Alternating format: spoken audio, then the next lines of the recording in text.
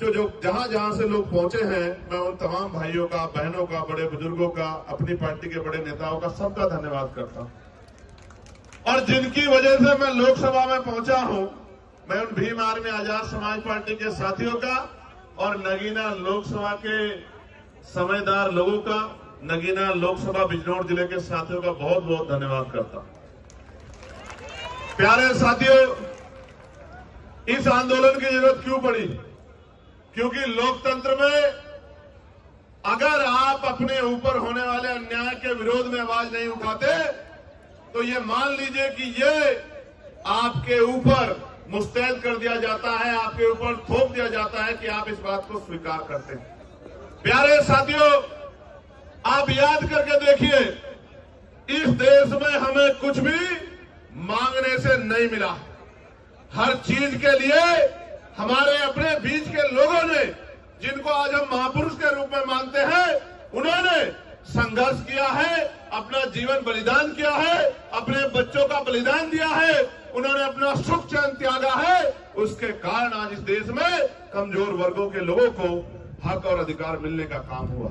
प्यारे साथियों, मैं आज उदाहरण देके बताऊंगा, जो भी डिबेट करना चाहता है, मैं चैलेंज करके कहता हूं, जिस भी पार्टी के राष्ट्रीय अध्यक्ष में हिम्मत हो, वो आजाद समाज पार्टी के राष्ट्रीय अध्यक्ष से डिबेट करे।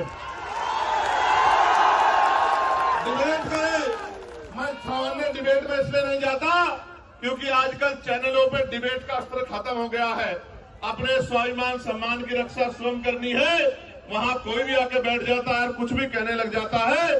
हम इतने लोगों का प्रतिनिधित्व करते हैं, इसलिए हमारी जिम्मेदारी है कि हम अपने सम्मान की रक्षा भी स्वयं करें। इसलिए मैं चैलेंज करता हूं कि जिनका भी प्रतिनिधित्व लोकसभा में है, उस पार्टी का कोई भी राष्ट्रीय अध्यक्ष यूजीसी के विषय पे हमसे डिबेट करे, और जो कमजोर वर्गों के विषय पर डिबेट करे, मुसलमानों के विषय पर डिबेट करे, ईसाइयों के विषय पर डिबेट करे, सिखों के विषय पर डिबेट करे, बौद्धिस्टों के विषय पर डिबेट करे, कर्मचारियों के विषय पर डिबेट करे, किसानों के विषय पर डिबेट करे, दलितों पिछड़ों के हक अधिकारों के विषय पर डिबेट करे, तो हम उनको जवाब देके बताएंगे कि हम जमीन से आए हैं, किसी नेता के पोते, बेटे, पोती, बेटी नहीं है। हमें जमीन का पता है कि आज हालात क्या है और लंबे समय से हालात क्या थे। प्यारे साथियों, बड़े गौर से सुनो, नारे तो आप लगा रहे तो बहुत दिनों से, लेकिन खाली नारे से बात नहीं आगे बढ़ेगी। प्यारे साथियों, मैं जानता हूं शिक्षा के दरवाजे किसी और ने नहीं खोले। अगर राष्ट्रपिता ज्योतिबा फूले प्रयास नहीं करते तो आज हमारे तन पे ये कपड़े नहीं आते। अगर शिक्षा में सबसे बड़ा योगदान किसने दिया है तो राष्ट्रपिता ज्योतिबा फूले ने दिया, मां सावित्रीबाई फूले ने दिया, मां फातिमा शेख ने दिया। प्यारे साथियों, इस देश में जिस आरक्षण को रोज बुरा भला कहा जाता है, हालांकि किसी की हैसियत नहीं है बुरा भला कहने की, क्योंकि जब आप ये कहते हैं, जब आप एक उंगली किसी की तरफ उठाते तो 4 उंगली आपकी तरफ भी जाती है, 3 उंगली एक अंगूठे का रुख भी आपकी तरफ होता है, जो आपको ये बताता है कि एक बार अपने गिरबान में भी झांकिए। जो लोग 10% आर्थिक आधार पर आरक्षण लेते हैं, संविधान के विरोध में जो आया है, वो भी आरक्षण पर सवाल खड़ा कर सकते हैं। किस आधार पर? किस आधार पर? जो लोग सदियों से आरक्षण का लाभ लेते आ रहे हैं, तमाम संस्थानों पे काबिज हैं, जिन्होंने कमजोर वर्गों के लोगों को उनकी दुख तकलीफों के बाद, उनके भूखे पेट के बाद, जब उनकी बच्चों को तन ढकने का अधिकार नहीं था, जिन्होंने उनके आंसुओं के बाद भी, जिनके मुंह से एक शब्द भी हाय का भी नहीं निकला कि इनके साथ गलत हो रहा, वो हमसे सवाल कर रहे हैं। नहीं, आपको कोई अधिकार नहीं सवाल करने का। अगर सवाल करना चाहते हैं तो अपने अंदर पैदा करिए कि आपके अंदर न्याय की क्षमता है, आप न्याय प्रिय हैं, पहले साबित करिए, फिर आके सवाल कीजिए, हम आपके सारे सवालों का जवाब देंगे। प्यारे साथियों, आरक्षण क्या जाति के आधार पर मिलता है? आरक्षण क्षेत्र के आधार पर भी मिलता है। आप जाके देखो, जम्मू कश्मीर में आरक्षण क्षेत्र के आधार पर मिलता है। आप जाके देखो, हिमाचल में आरक्षण क्षेत्र के आधार पर मिलता है। आप जाके देखो, उत्तराखंड में आरक्षण क्षेत्र के आधार पर मिलता है। कौन कहता है जाति के आधार पर मिलता है? आरक्षण उनको मिलता है जो पीछे रह गए हैं, जिनका प्रतिनिधित्व कम है। और इस देश का मैं गारंटी से कहता हूं, कास्ट सेंसस करा के आप लोग डेटा उठा के लाइए, आज डिबेट कीजिए और बताइए आपकी संख्या कम है। मैं गारंटी देता हूं, मैं चंद्रशेखर आजाद जो लोकसभा का सदस्य है और आजाद समाज पार्टी भी मानव कार्यकर्ता में वचन दे कहता हूं, अगर किसी विभाग में आपका आरक्षण कम हुआ चाहे वो विधानसभा हो या लोकसभा हो या कोई भी विभाग हो, अगर आपका आरक्षण, आपका प्रतिशत कम हुआ, मैं वचन देकर कहता हूं कि दलित पिछड़ों की लड़ाई को पीछे छोड़ के पहले आपकी लड़ाई लड़ने का काम करेंगे। इस बात का मैं आपको विश्वास दिलाता हूं। मैं संविधान को मानने वाला व्यक्ति हूं, न्यायप्रिय व्यक्ति हूं, इसलिए आपसे कह रहा हूं, तो मगर सच का सामना तो करना ही पड़ेगा। इस देश में अगर आरक्षण आया सबसे पहले तो 1902 में आया, जिसको छत्रपति साहू जी महाराज ने लागू किया, किसी और ने लागू नहीं किया। कुर्मी वंश के छत्रपति साहू जी महाराज ने लागू किया, उससे पहले तमाम न्यायप्रिय लोगों पे था अवसर, उन्होंने लागू नहीं। इस देश में अगर वोटिंग राइट मिला, इस देश के बहुसंख्यक लोगों को, बालिग लोगों को वयस्क मताधिकार मिला, सार्वभौमिक मताधिकार मिला, इसका श्रेय अगर किसी को जाता है तो वो बाबा साहब अम्बेडकर को जाता है। आपको इतिहास पढ़ना चाहिए। 1919 से पहले इस देश में बहुत कम परसेंट लोग वोट करते थे। मॉन्टेगो चेम्सफोर्ड सुधार समिति बनी और सुधार समिति ने नए पैमाने तय किए कि वोट देने का अधिकार उनको मिले जो जमींदार हैं, जो भूमि जिनके पास बड़ी संख्या में है, जो लगान देते हैं, जो टैक्स देते हैं, जो बहुत पढ़े लिखे हैं, जो पूंजीपति हैं, जिन पे व्यापार है। आप इतिहास उठा के देखो, जिन्होंने आंख ही या जिनको अपने अधिकारों का पता ही संविधान के आने के बाद लगा है, उनकी संख्या कितनी रही होगी, आप इस बात को महसूस करके देखें। तो इसलिए मैं कह रहा हूं कि कुछ भी मांगने से नहीं मिला है। भारत ऐसा देश है जहां बाबा साहब अम्बेडकर ने जिस तरह आज हम इकट्ठा हुए बहिष्कृत हितकानी महासभा के बैनर तले ज्ञापन दिया, उस ज्ञापन के बाद साइमन कमीशन भारत आया और साइमन कमीशन जब भारत आया, उनकी रिपोर्टों के आधार पर गोलमेज कॉन्फ्रेंस हुई और तीनों गोलमेज कॉन्फ्रेंस के बाद बाबा साहब अम्बेडकर ने यह सुनिश्चित करवाया कि कमजोर वर्गों के लोगों को भी वोट का अधिकार मिलना चाहिए। तब इस देश में, और आपको जान के खुशी होगी कि न्यायप्रिय चरित्र जिसे कहते हैं, कि भारत पहला ऐसा देश है कि संविधान के लागू होने के साथ देश की महिलाओं को और गरीब और अमीर तमाम तबकों के लोगों को वोटिंग राइट मिलने का काम हुआ। ये काम अमेरिका नहीं कर पाया, ये काम जर्मनी नहीं कर पाया, ये काम यूरोपियन कंट्री नहीं कर पाई, ये काम इंग्लैंड नहीं कर पाया। ये काम अगर किसी ने किया कि महिलाओं को बराबर का अधिकार मिले, तो ये भारतीय संविधान में बाबा साहब अम्बेडकर ने किया। हिंदू कोड बिल पे इस्तीफा दिया जब महिलाओं को उनके अधिकार नहीं दिला पाए, पिछड़ों को उनके अधिकार नहीं दिला पाए। इसलिए हम तो लंबे समय से उपेक्षाओं से लड़ रहे हैं। मैं बात आपको क्यों बता रहा हूं, जब हम चारों तरफ देखते हैं तो माननीय रामसु वर्मा दिखाई देते हैं, संत राम बी प्रजापति दिखाई देते हैं, मान्यवर काशीराम साहब दिखाई देते हैं, मान्यवर दीना भाना वाल्मीकि साहब दिखाई देते हैं। जब हम चारों तरफ देखते हैं, संत गाडगे जी महाराज दिखाई देते हैं, नारायण गुरु दिखाई देते हैं। जब हम चारों तरफ देखते हैं, बाबू सुखदयाल चौरसिया दिखाई देते हैं, परमानंद लोधी जी दिखाई देते हैं, अवंतिका बाई लोधी जी दिखाई देती है, झलकारी बाई दिखाई देती है, तमाम हमारे महापुरुष और वीरांगनाएं दिखाई देती। ये सब कौन है? इन्होंने हमारी बस्ती में जन्म नहीं लिया, इन्होंने हमारे जिले में जन्म नहीं लिया, इन्होंने हमारे प्रदेश में जन्म नहीं लिया, मगर हम अपने मां बाप से ज्यादा इनका सम्मान करते हैं और इनके सम्मान पे खून की बूंद बूंद लगा सकते हैं। उसका कारण क्या है आप जानिए।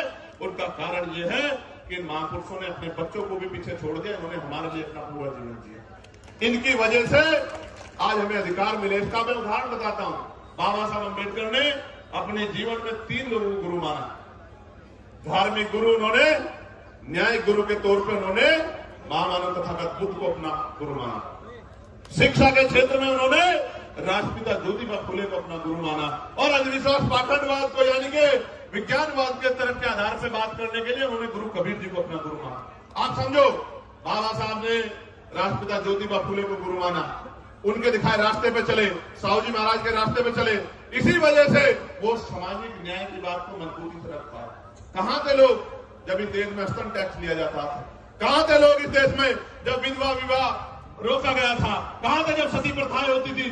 कौन खड़ा था इस बात को लड़ने के लिए जब महिलाओं को जिंदा जला दिया जाता था? वही महापुरुष खड़े थे जो समझते थे कि हर व्यक्ति के जीवन का मूल्य क्या है। प्यारे साथियों, बात मैं आपको क्यों बता रहा हूं कि हमारे पार्टी के नेता ये बात कह रहे थे कि भाई चंद्रशेखर आजाद पिछड़े वर्ग के लिए मैदान में आए, कोई नहीं आता। मैं उनको कहना चाहता हूं कि आप पिछड़े नहीं हैं, आप हमारे भाई, हमसे पिछड़े हुए हैं। आप पिछड़े नहीं हैं, हम सब लोग पिछड़े हैं। आप हमारा परिवार हो, हमारे भाई हो, बस पिछड़े हुए हो, उन पिछड़ों को इकट्ठा करने के लिए हम लोग पिछड़े। और आप ही नहीं, हर पीड़ित, शोषित, वंचित किसान, कमेरा, वो चाहे बौद्ध हो, सिख हो, सामान्य जाति का भी कोई गरीब है, शोषित है, उसको भी हमारा अपना है, उसके लिए भी हम लोग खड़े हैं। मुस्लिम समाज के लोग, क्या हालत आज आपने देश में देखा? मजारें गिर रही हैं, खानकाहें तोड़ी जा रही हैं, मस्जिदों में बुलडोजर चल रहा है। और अयोध्या में क्या हुआ? जिस व्यक्ति पे आरोप लगा के उसका घर तोड़ दिया, उसको बंद रखा, कोर्ट ने उसको बरी कर दिया। अगर हिम्मत है तो मुख्यमंत्री माफी मांगे अपनी बात के लिए, जो बात उन्होंने असेंबली में खड़े होकर कही थी कि इस धर्म के लोग गुंडागर्दी करते हैं। मैं आपको खूब बताना चाहता हूं कि सब लोग पीड़ित हैं, सब लोग पिस रहे हैं। अभी एक नौजवान साथी मुझसे मिला, मुझसे कहने लगा भैया हमारा विषय उठाना।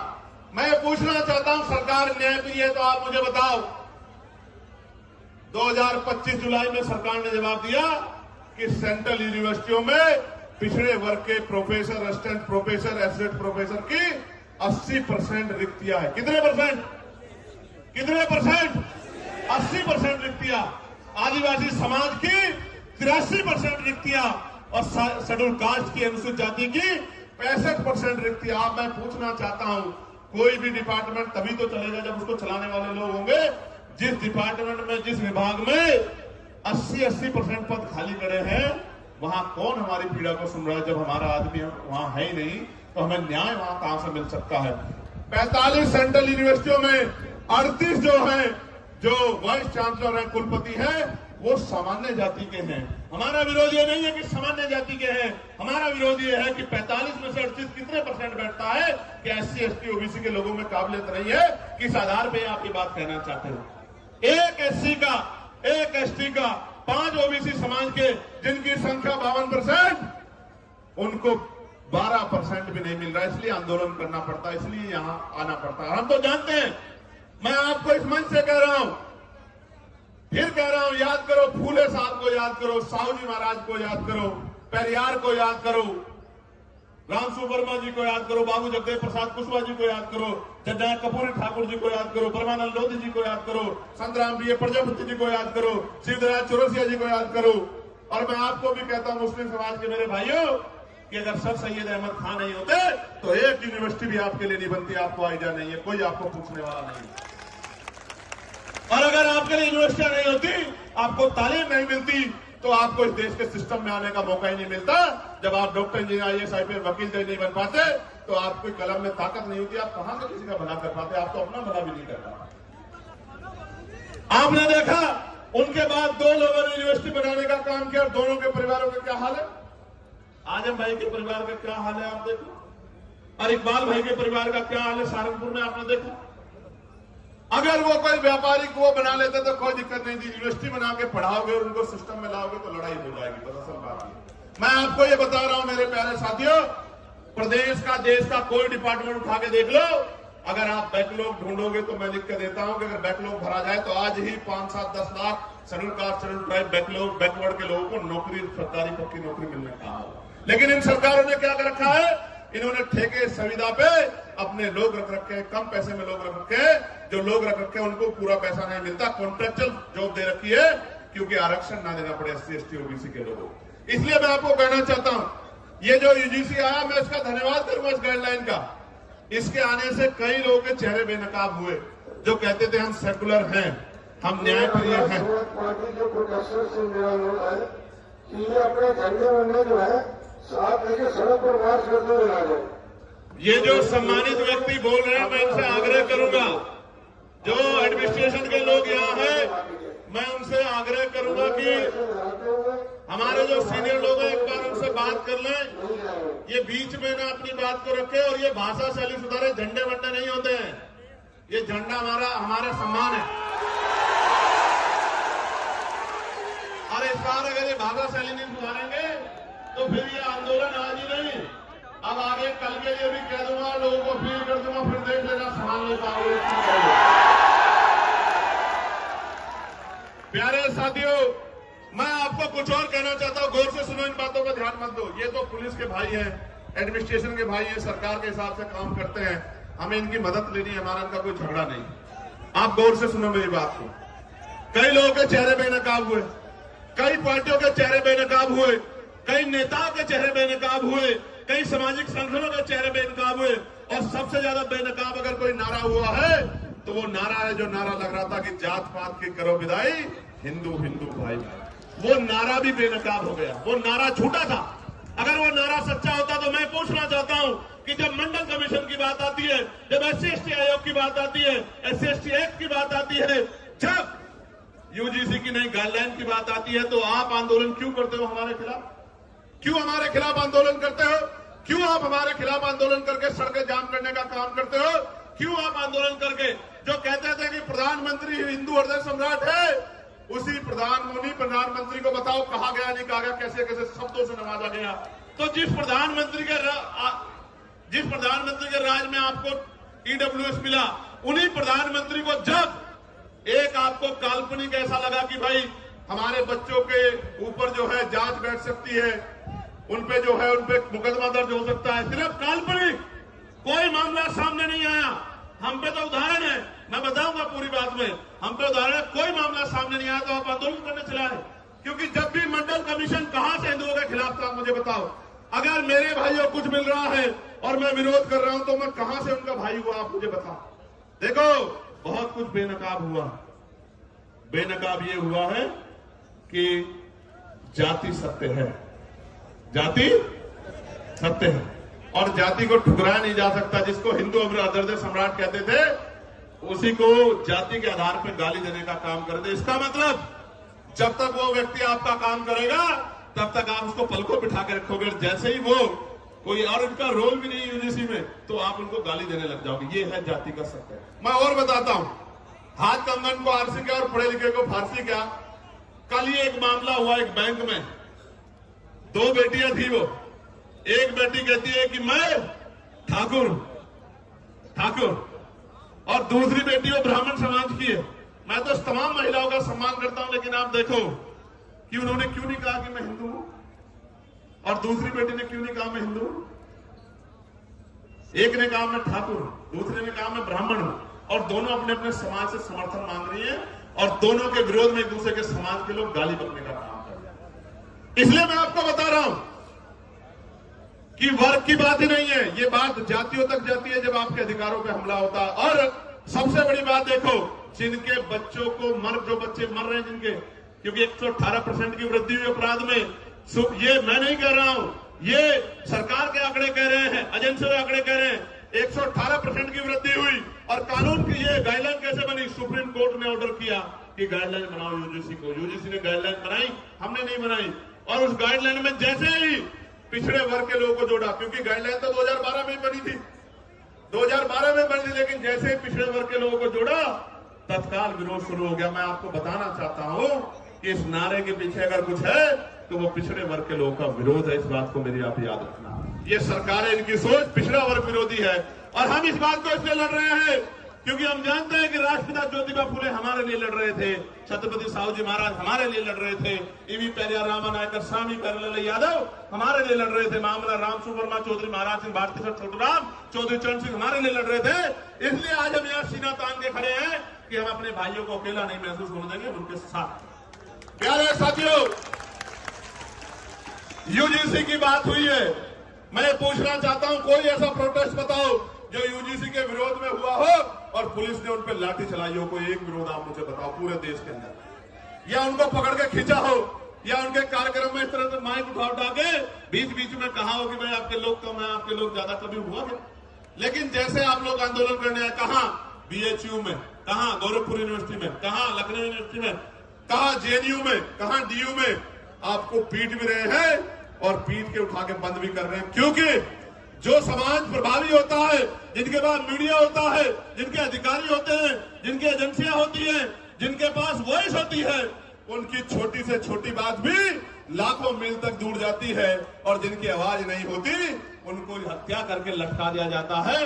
तो चारों तरफ सुनसान, चारों तरफ इस तरह का चुप्पी होती है कि जैसे कुछ हुआ ही नहीं। इस देश में क्या नहीं सहा हमने, क्या नहीं सहा इस देश में। हमने लक्ष्मणपुर बातें कांड सुना, जहां हमारी मां के पेट चीर के और जो बच्चे थे पेट में उनको निकाल के तलवार की नोक पे खड़ा कर दिया। क्या नहीं देखा हमने इस देश के दलितों, पिछड़ों, मुसलमानों, आदिवासियों ने क्या नहीं सहा। कितने दंगे, कितने जुल्म, कितनी लाशें हमारी जो है, क्या क्या क्या बयान करूं मैं, क्या क्या नहीं सहा है देश में, कितने दंगे, कितनी एनसीआरबी का डेटा क्या कहता है, कितनी बच्चों की इज्जत लुटती है। मैं कहता हूं सार्वजनिक करो, रिकॉर्ड उठा के बताओ कि जिन बच्चों की 1 लाखों की संख्या में इज्जत लुटती है, किस समाज की, किस समाज की, बताओ एक समाज को। क्योंकि ये समाज सोया हुआ है, इनको नहीं पता कि रोज इनकी बच्चियों को, बेटियों को कहीं ना कहीं प्रदेश में, देश में जुल्म जाति का शिकार होना पड़ रहा है। और जब न्याय मांगने जाते हैं तो लाठियों से स्वागत होता है, अपमानित गालियां दी जाती है। इसलिए मैं कह रहा हूं कि ये नारा तार्किक नहीं है, जो नारा लगा के आपको लंबे समय से बेवकूफ बनाया जा रहा है। ये नारा तार्किक होता तो मैं गारंटी देता हूं कि यूजीसी गाइडलाइन के खिलाफ कोई आदमी सड़क पे नहीं आता। वो कहता कि यूजीसी गाइडलाइन, अच्छा डर कौन, डरेगा कौन? कानून कितने हैं देश में? 302 है, 304 है, 308 है, 307 है, कितने कानून है? इतने कानून बने हुए हैं, हर कानून का दुरुपयोग हो सकता। कोई दुरुपयोग का एक तो मामला आता।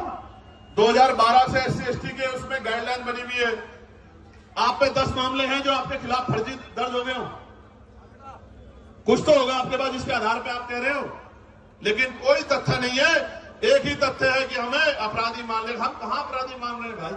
हम कौन है अपराधी मानने वाले? कन्वेंशन रेट कहता है कोर्टों का।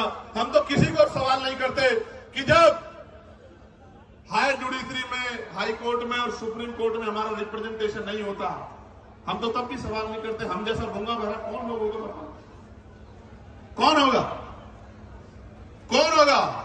हमसे ज्यादा सीधा सच्चा व्यक्ति तो इस देश में कोई भी नहीं होगा, जो जुल्म भी सहता है और चुप भी रहता है। जानवर भी अपने हक के लिए लड़ते हैं, हम लोग तो अपने हक के लिए भी लड़ पाते हैं। हमसे ज्यादा सीधा भोला कौन होगा? और इसी भोलेपन का फायदा लंबे समय से उठाया जा रहा है। प्यारे साथियों, इसका एक उदाहरण बताता हूं कि क्यों लड़ना पड़ता है। मध्य प्रदेश में 90 के बाद, जब मंडल कमीशन के बाद आरक्षण लागू हो गया पिछड़े वर्ग के लोगों को, तो आज भी वो भैया खड़ा है। 13% आरक्षण वहां, जो संवैधानिक 27% मिला है, उसमें से भी 13% मिलता है। वो रोज आंदोलन करते हैं।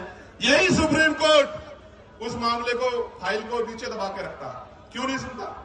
जब आपने एक दिन पहले PL दाखिल हुई और अगले दिन सुनवाई कर ली, तो हमें पीड़ा होती है कि जब 69,000 शिक्षक भर्ती का मामला उत्तर प्रदेश का सालों भर पड़ा रहता है कोर्ट में, जब 27% रिजर्वेशन का मामला सालों पड़ा रहता है और आप कभी सुनवाई नहीं करते हो। मेरे आज भी याद है जब डिमोशन हुए थे उत्तर प्रदेश में,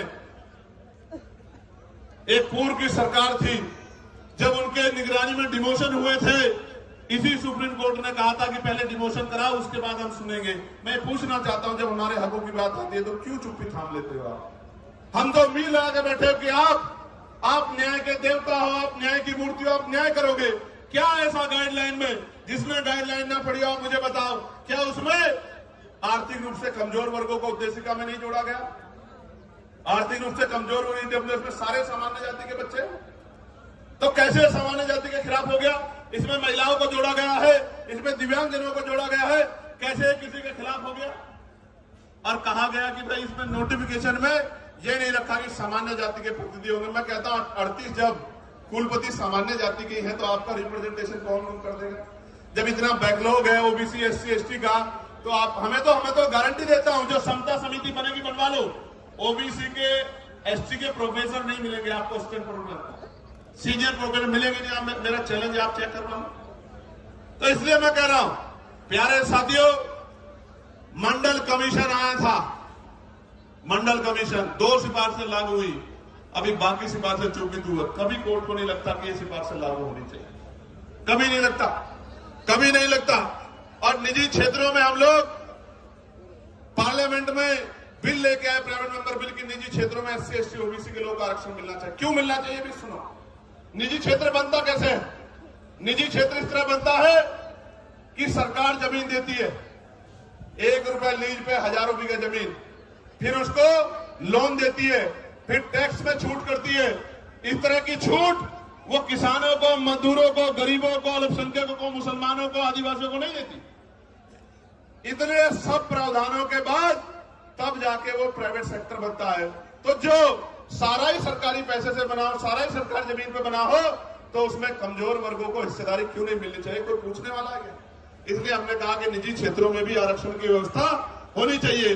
और आज इसकी देश की सच्चाई ये है, आपको जानना चाहिए देश की सच्चाई ये है कि कितने ही जो शहर हैं जिनको कहा जाता है स्मार्ट सिटी, उनमें सफाई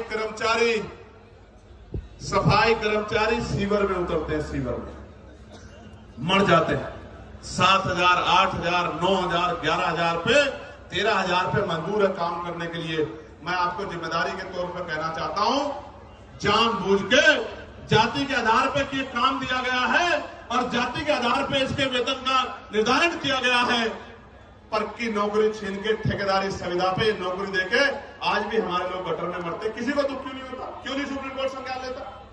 एक मुख्यमंत्री असम का ये कहता है कि 5 की जगह 4 रुपए दो, इतना सताओ कि ये प्रदेश छोड़ के भाग जाए। जो वीडियो जारी करता है जिसमें सीने पे गोली मारने का जो है निर्देश दिया गया है, मैं पूछना चाहता हूं सुप्रीम कोर्ट सुमोटो क्यों नहीं लेता है?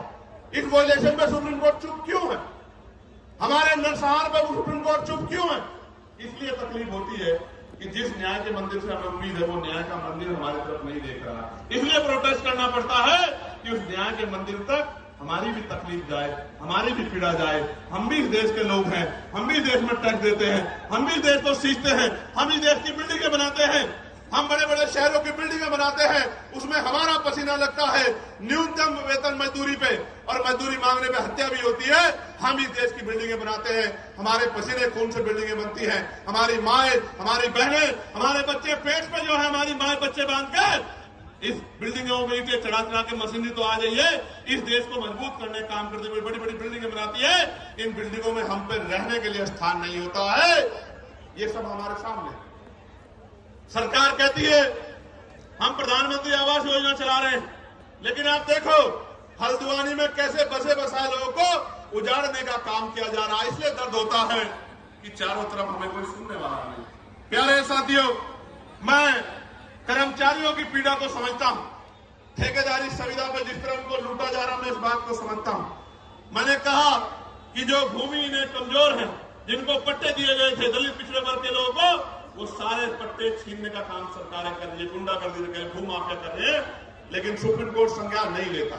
और अगर फाइल जाएगी, और मैं दूसरों की नहीं कहता, मैं अपने मामलों को जो अन्याय मेरे साथ हुआ इनको लेकर सुप्रीम कोर्ट जाऊंगा। आप देखना कितने दिन बाद फाइलों का मौका मिलेगा, आप निर्धारण करना। मैं कहना कहा ना, प्रत्यक्ष प्रमाण की जरूरत नहीं है। मैं भी जाऊंगा सुप्रीम कोर्ट बहुत जल्दी अगले 10 दिन के अंदर। मैं देखूंगा कि हम कमजोरों की पीड़ा को भी इस तरह सुना जाता है क्या?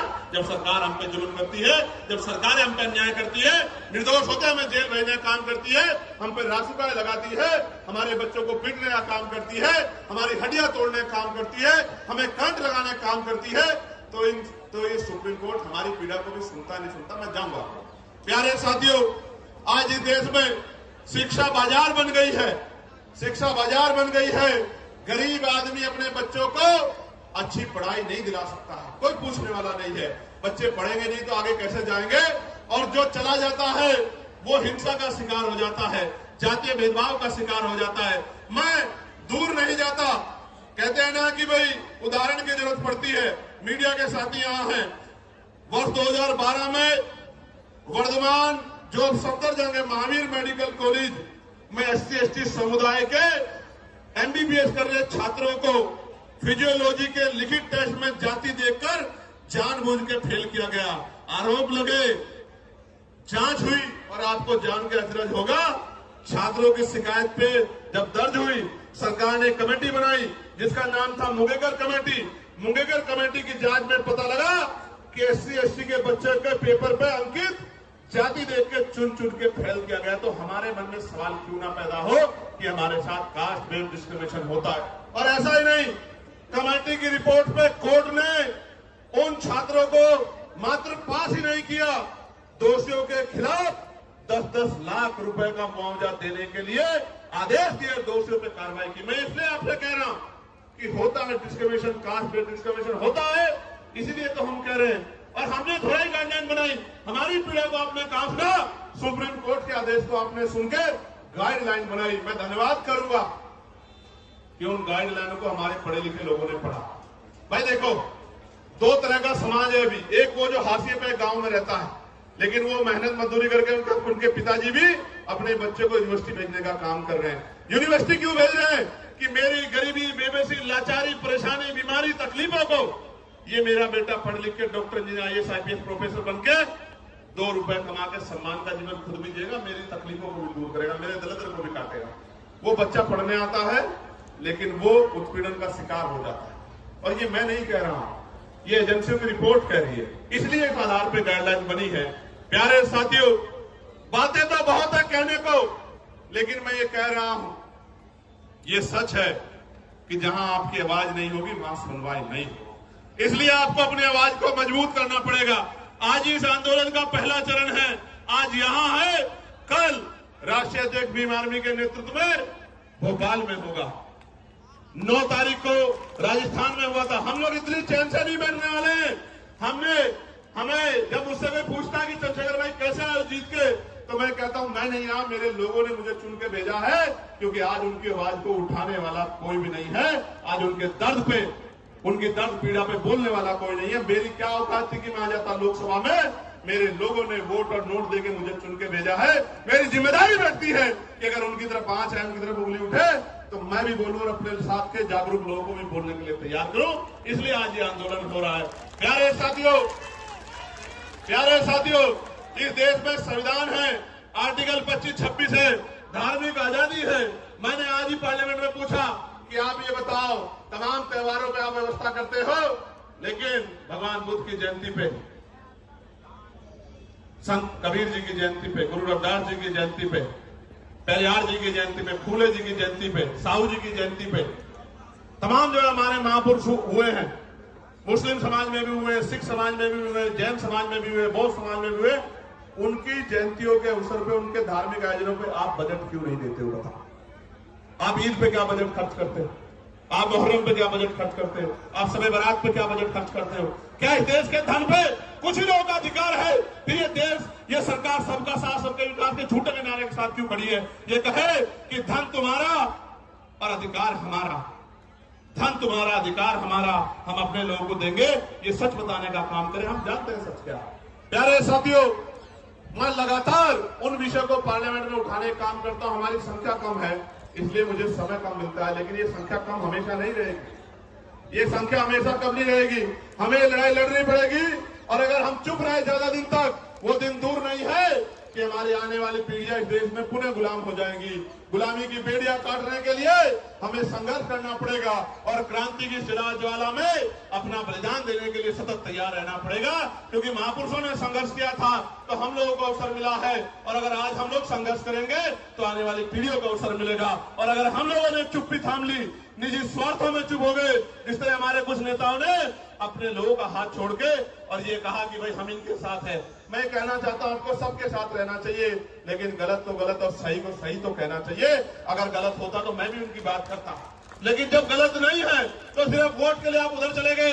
जब आप पावर में नहीं हो तो आज आप उधर जाके खड़े हो गए हो, कल आप पावर में होंगे तो मैं कैसे उम्मीद करूं कि आप हमारे लोगों के बारे में सोचोगे। ये बहुत बड़ी चिंता हमारे समाज के सामने, हम गरीब, कमजोर, दलित, पिछड़े मुसलमानों के सामने देश में। प्यारे साथियों, चारों तरफ अंधेरा है, चारों तरफ चुप्पी है, सब लोग आंखें बंद करके बैठ गए हैं। ऐसे दौर में अगर हम लोगों ने भी आंखें बंद कर ली तो मैं लिख के देता हूं कि लड़ने की हिम्मत टूट जाएगी। मेरी बात को आप याद रखें। जब मैं ये लड़ाई लड़ रहा हूं, आपको नहीं पता इसके बाद मुझे क्या मिलेगा। मीडिया में जो उस तरह की सोच के लोग हैं, वो मेरे खिलाफ राजनीतिक प्रोपेगेंडा चलाएंगे, झूठे प्रोपेगेंडा चलाएंगे। वो जो अधिकारी उस सोच के हैं, वो मुझे, मेरी पार्टी कार्यकर्ताओं को तोड़ने की कोशिश करेंगे, झूठे मुकदमे लगाएंगे। लेकिन मैं आपको बताना चाहता हूं, जीवन एक बार मिला है, जीवन बार बार नहीं मिलता। मौत कल की आती आज आ जाए, हम अपने लोगों के हितों से किसी भी कीमत पे समझौता नहीं करेंगे। और अगर हम जैसे लोग चुप हो गए, हम जैसे लोग बैठे, तो मैं लिख के देता हूं कि फिर कोई हिम्मत नहीं कर पाएगा कि वो लड़ाई को लड़ ले। प्यारे साथियों, लड़ाई बड़ी महत्वपूर्ण है। आज आपने इतनी बड़ी संख्या में जुट के ये संदेश सरकार को दे दिया कि आप लोग कमर कसे हुए बैठे हो, मेरे एक आदेश का इंतजार कर रहे हो। मैं आपको विश्वास दिला के बताता हूं,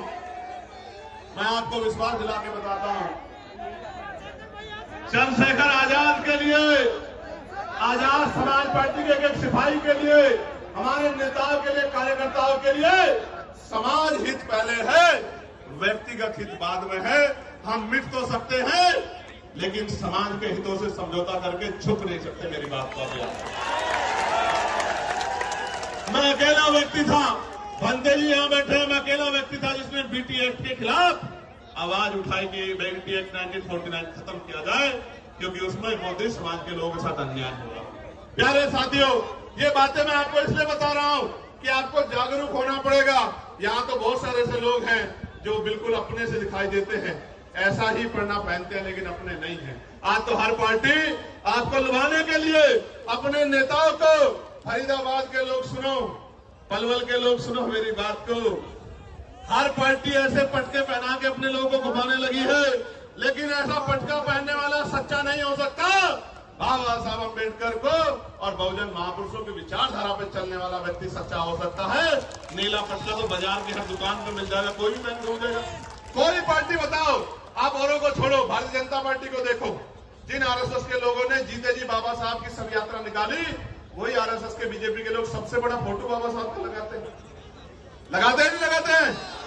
तो अगर बाबा साहब की फोटो लगाने वाला सच्चा है, नीला पटका पहनने वाला, मात्र नीला पटका पहनने वाला सच्चा है, तो हर वो व्यक्ति सच्चा है जो वोट के लिए आपको जय भीम कर रहा है या नमस्कार कर रहा है। मैं आपको कहना चाहता हूं मेरे लोगों, ये वोट का अधिकार नहीं होता, ये वोट का अधिकार नहीं होता तो ये अमीर लोग आपकी बस्तियों में नहीं आते। मेरे लोगों, ये वोट का अधिकार नहीं होता तो ये अमीर लोग आपकी गलियों में नहीं आते, आपके घरों में नहीं जाते। और आप देखो किस तरह की व्यवस्था है कि आज भी अगर भेदभाव नहीं है तो बहुत सारे नेता जाके कमजोर वर्गों के घरों में खाना खाने का नाटक क्यों करते हैं भाई? खाना खाने का नाटक क्यों करते हैं? इसलिए करते हैं कि वो एहसास कराना चाहते हैं कि हम बदल रहे हैं। आप बदलते तो हमारे खिलाफ विरोध क्यों करते हैं? क्यों विरोध करते हैं हमारे खिलाफ? हमारे बच्चों की जान जा रही है, आप पे एक मामला नहीं है। मैं चैलेंज करता हूं, अगर झूठे मुकदमे दर्ज करने की बात आप कर रहे हैं तो 12 से गाइडलाइन बनी है, 26 हो गया है। आप 100 मामले उठा के लेके हम लोग चर्चा करेंगे आपकी बात को। लेकिन मैं मानता कि अगर आपने यूनिवर्सिटी में बैठे अध्यापकों ने, प्रोफेसरों ने, यूनिवर्सिटी में पढ़ने वाले उन बच्चों ने जो आज डर रहे हैं, अगर आगे बढ़ के उन्होंने कहा होता कि डिस्क्रिमिनेशन हो रहा है, कानून बनाओ, तो मैं स्वागत करता कि आपका चरित्र न्याय के लिए है। प्यारे साथियों, मैंने पहले भी कहा, वही डरेगा जो अपराध करेगा। जो अपराध नहीं करेगा वो क्यों डरेगा? मैंने कहा कि जो अपराध नहीं करना चाहते वो बच्चे पढ़ रहे हैं, क्योंकि इस देश के मीडिया के चैनलों पे हमने सुना जब किसान आया था तो किसान नहीं आया था, खालिस्तानी आए थे, खालिस्तानी। जब एनआरसी का आंदोलन चल रहा था तो मुसलमान नहीं लड़ रहा था, जैन सिख बौद्ध नहीं लड़ रहा था, पता नहीं क्या क्या नाम दिए गए थे। जब अपने हकों के लिए दलित पिछड़े आते हैं, आदिवासी आते तो नक्सली कहा जाता है। इसलिए मैं टीवी को सुन के ही समझ आता है कि जो अभी कुछ दिन पहले आंदोलन कर रहे थे वो आंदोलनकारी नहीं थे, वो आंदोलनकारी नहीं थे, क्योंकि जिनको पढ़ना हो तो पढ़ रहे। मैंने तो अपने बच्चों से कहा कि आप मत जाओ कहीं भी, आजाद समाज पार्टी है, भीम आर्मी है, हमारा लीगल सेल है, आर्य जी है, रजनीश जी है, हम लोग लड़ेंगे ना भाई। जिनको हम लोग वोट देते हैं उनकी क्या जिम्मेदारी है कि वोट लेके हमसे मुंह फेर लें? फिर हमारे लिए लड़ने की जिम्मेदारी किसकी है? आंदोलन करने की जिम्मेदारी किसकी है? सरकार से सवाल पूछने की जिम्मेदारी किसकी है? विरोध प्रदर्शन करने की जिम्मेदारी किसकी है? और अगर ये काम नहीं कर रहे हैं तो वो हमारे नेता नहीं हो सकते हैं। अगर अपने हमारे बच्चों को लड़ने के लिए आना पड़ा तो हमारे नेताओं को शर्म आनी चाहिए। तो इसलिए मैं उन बच्चों को विश्वास दिलाने के लिए जो पढ़ रहे हैं जेएनयू में, डीयू में, जो पढ़ रहे हैं पटना यूनिवर्सिटी में, जो पढ़ रहे हैं लखनऊ यूनिवर्सिटी में, प्रयागराज यूनिवर्सिटी में, बीएच यूनिवर्सिटी में, उत्तराखंड, उन सब बच्चों को बताने के लिए आया हूं कि हमारे लिए राजनीति बाद में, समाज हित पहले, अपने बच्चों का भविष्य पहले। हम अपने बच्चों को विश्वविद्यालय में मरने नहीं देंगे, इसलिए हम लोग आज मैदान में जंतर मंतर पे खड़े। प्यारे साथियों, मुझे साथियों ने आते बताया कि कुछ लोग उल्टे सीधे सवाल पूछ रहे हैं। मैं आपको कहना चाहता हूं, इन उल्टे सीधे सवालों से देखो, अपने 4 आदमी वो लेके आएंगे और अपना ही कैमरा और वो लेके आएंगे और उनके आगे कर देंगे और उनसे उल्टे सीधे सवाल पूछेंगे, वो उल्टे सीधे जवाब देंगे। इन बातों से अब हम लोग समाज, सोशल मीडिया समझदार हो गए। अब ये बातें चलने वाली नहीं, अब ये बातें किसी मोर्चे पर चलने वाली नहीं। मैं ताजा उदाहरण बताता हूं आपको, मैं कहना नहीं चाहता था मगर बताता हूं, पता लगना चाहिए आप लोगों को। मैं पिछले 20-25 दिन से सहारनपुर नहीं गया, क्योंकि लगातार मैं अपने लोकसभा क्षेत्र के मुद्दों को उठाने के लिए पार्लियामेंट में कोशिश कर रहा हूं। और इस बीच में हमने रैलियां की, आगरा की रैली की, फिर हमने कन्नौज की रैली की, फिर हमने 8 तारीख को संत कबीरनगर की रैली की। तो एक घटना मेरे जिले में घटी, जहां शोभा यात्रा निकालने के लिए परमिशन को लेकर विवाद हुआ। अब उन बच्चों से कहलवाया गया कि भाई चंद्रशेखर भाई ने मदद नहीं की। पहली बात तो बच्चे मुझे कभी मिले ही नहीं, ना मैं छुटमलपुर जाता हूं। मैं जहां से जाता हूं तो अपनी जिम्मेदारी अदा करने के लिए नगीना जाता हूं, नगीना से निकलता हूं तो देश भर में जाता हूं। मैं कभी आराम करने छुटमलपुर जाता नहीं, तो बच्चे मुझसे कभी मिले ही नहीं। वो मुझे कुछ बताते तो मैं इनके लिए लड़ता हूं, हल करने के लिए कोशिश करता हूं। हालांकि कोई ऐसा थोड़ा कि मेरी बात टाल दे वहां, आप समझ रहे हो भाई। राजनीतिक रूप से भले ही मैं वहां बहुत मजबूत रही, लेकिन सामाजिक रूप से इतना मजबूत हूं, मैंने इतना काम किया, किसी को भी कह दूंगा वो अपनी नाक नीची करके मेरी बात को मान, इतना दम मैं रखता हूं। लेकिन काम की बात जानो, वो बच्चे मेरे पास आए नहीं, मैं घर गया नहीं, लेकिन चलाया गया कि देखो चंद्रशेखर भाई ने मदद नहीं की। भाई आप मुझे बताओ, मेरे पास कोई मामला नहीं आएगा, मैं कैसे मदद कर दूंगा, आप बताओ। लेकिन चलाया गया कि भाई चंद्रशेखर मदद नहीं कर रहे हैं, चंद्रशेखर तो भाई मुस्लिम भाइयों का मामला इसलिए मदद नहीं कर रहे हैं। मैं पूछना चाहता हूं, ये मुस्लिम कोई अलग थोड़े, ये भी तो हमारे ही है। इनको मैं अगर किसी बात को अपने 20 नेताओं को भेज देता तो सब लोग भूल गए थे, स्वागत कर देगा। लेकिन मुझे पता ही लगा तो मैं क्या कर दूंगा। जब पता लगा तो मैंने खबर की, तो उन्होंने नहीं कहा कि हम निकलवा देंगे भाई साहब। लेकिन आपको पता है क्या हुआ, पुलिस ने कह दिया कि हम परमिशन नहीं देंगे। मैंने डीआईजी से बात की, मैंने कमिश्नर से बात की, मैंने एसएसपी से बात की, मैंने डीएम से बात की कि निकलवाओ उनकी शोभा यात्रा, क्यों रोक रहे हो। तो बोले साहब हम नहीं देंगे परमिशन। तो ये देखो, सरकार झगड़ा कराना चाहती है हमारे लोगों को, आपको समझना पड़ेगा। और मैं ये समझता हूं कि मेरी लड़ाई शोभा यात्रा तक सीमित नहीं है। मेरी लड़ाई तब तक जारी रहेगी जब तक आपको स्वाभिमान सम्मान का जीवन नहीं मिलता। मेरी लड़ाई तब तक जारी रहेगी जब आपको हक अधिकार नहीं मिलते। मेरी लड़ाई तब तक जारी रहेगी जब तक आपकी जेब में पैसा नहीं आता। मेरी लड़ाई तब तक जारी रहेगी जब तक आपके भी टूटे फूटे मकान ऐसे नहीं बनते जैसे दूसरे लोगों के हैं। मेरी लड़ाई तब तक जारी रहेगी। इसलिए मैं तो इस देश में हक अधिकार की लड़ाई लड़ रहा हूं। जो लोग मेरा मुकाबला नहीं कर सकते, आजाद समाज पार्टी भीम आर्मी के नेताओं का मुकाबला नहीं कर सकते, वो जानबूझ के इस तरह के षड्यंत्र करके तमाम तरह की चीजों के प्रयास करते हैं। मैं उनको कहना चाहता हूं, खूब प्रयास करो, समय बदल गया है। उत्तर प्रदेश में आने वाला समय आजाद समाज पार्टी काशीराम का है, मेरी बात का ध्यान। और सिर्फ उत्तर प्रदेश में नहीं है, सिर्फ उत्तर प्रदेश में नहीं है, हरियाणा में, मध्य प्रदेश में, राजस्थान में, उत्तराखंड में, मैं कहना चाहता हूं दिल्ली में, बिहार में, झारखंड में, जो उत्तर भारतीय क्षेत्र में, कहना चाहता हूं डंके की चोट पे कि अगले 5 साल बाद आजाद समाज पार्टी राष्ट्रीय पार्टी होगी। मेरी बात को क्योंकि हर व्यक्ति के पास समस्या है, आजाद समाज पार्टी पे समाधान है। इसलिए सब लोग एडी चोटी का जोड़ लगा के सुबह शाम षड्यंत्र करते रहते हैं। इतना काम ये अपनी पार्टी के लिए करे तो इनकी पार्टी का भी 1-2 एमएलए जीत जाएगा। अगर इतना काम करे, अपना काम नहीं करते, बस यही काम करते, कभी हमारे नेताओं को पकड़वाते हैं, कभी अखबार में ऐसी खबरें छपवाते हैं। इनसे थोड़ा डरने वाले हम लोग, इन साजिशों से हम लोग निर्दय नीति डरने वाले नहीं, याद रखना मेरी बात। इनसे नहीं डरने वाले हैं, इन साजिशों से डरने वाले। लेकिन वचन देके दिल्ली से कह रहा हूं आपको, हम प्रथम और अंतीय भारतीय हैं। भारत की अस्मिता पे कोई आंच आएगी, भारत की सेना के सम्मान पे कोई आंच आएगी, जो हमारा गौरव है, हमारे अर्धसैनिक बलों पे, हमारे पुलिस के भाइयों पे कोई आंच आएगी, अगर हमें खून की कमी भी हो जाएगी तो हम अपने खून का कतरा कतरा देके इस देश के गौरव की रक्षा करेंगे। मैं आपको वचन देता हूं। हमारी लड़ाई किसी जाति से नहीं है, किसी धर्म से नहीं है, हमारी लड़ाई अधिकारों की है, हमारी लड़ाई सामाजिक न्याय की है, हमारी लड़ाई भाईचारा कैसे बनेगा। एक आदमी ताला लगा के बैठ गया, गरीबों को कुछ देना नहीं चाहता, ये लोधी जी खड़े हैं बुलंदशहर वाले, एक आदमी ताला लगा के बैठ गया, हापुड़ वाले भी, और वो देना नहीं चाहता, और हम लोग दरवाजा खटखटा रहे हैं कि हमारा हिस्सा में दे दो। कैसे जो है भाईचारा बन जाएगा? जब तक इस देश में धन धरती राजपाट नहीं बढ़ेगा, बटेगा, तब तक बात आगे नहीं बढ़ेगी। और मैं आपको कहना चाहता हूं, समय आ गया है, नौजवानों ने अंगड़ाई ली है। कहते ना, संघर्षों के साय में घनघोर जवानी पलती है और इतिहास दर झुक जाता है जिस ओर जवानी चलती है।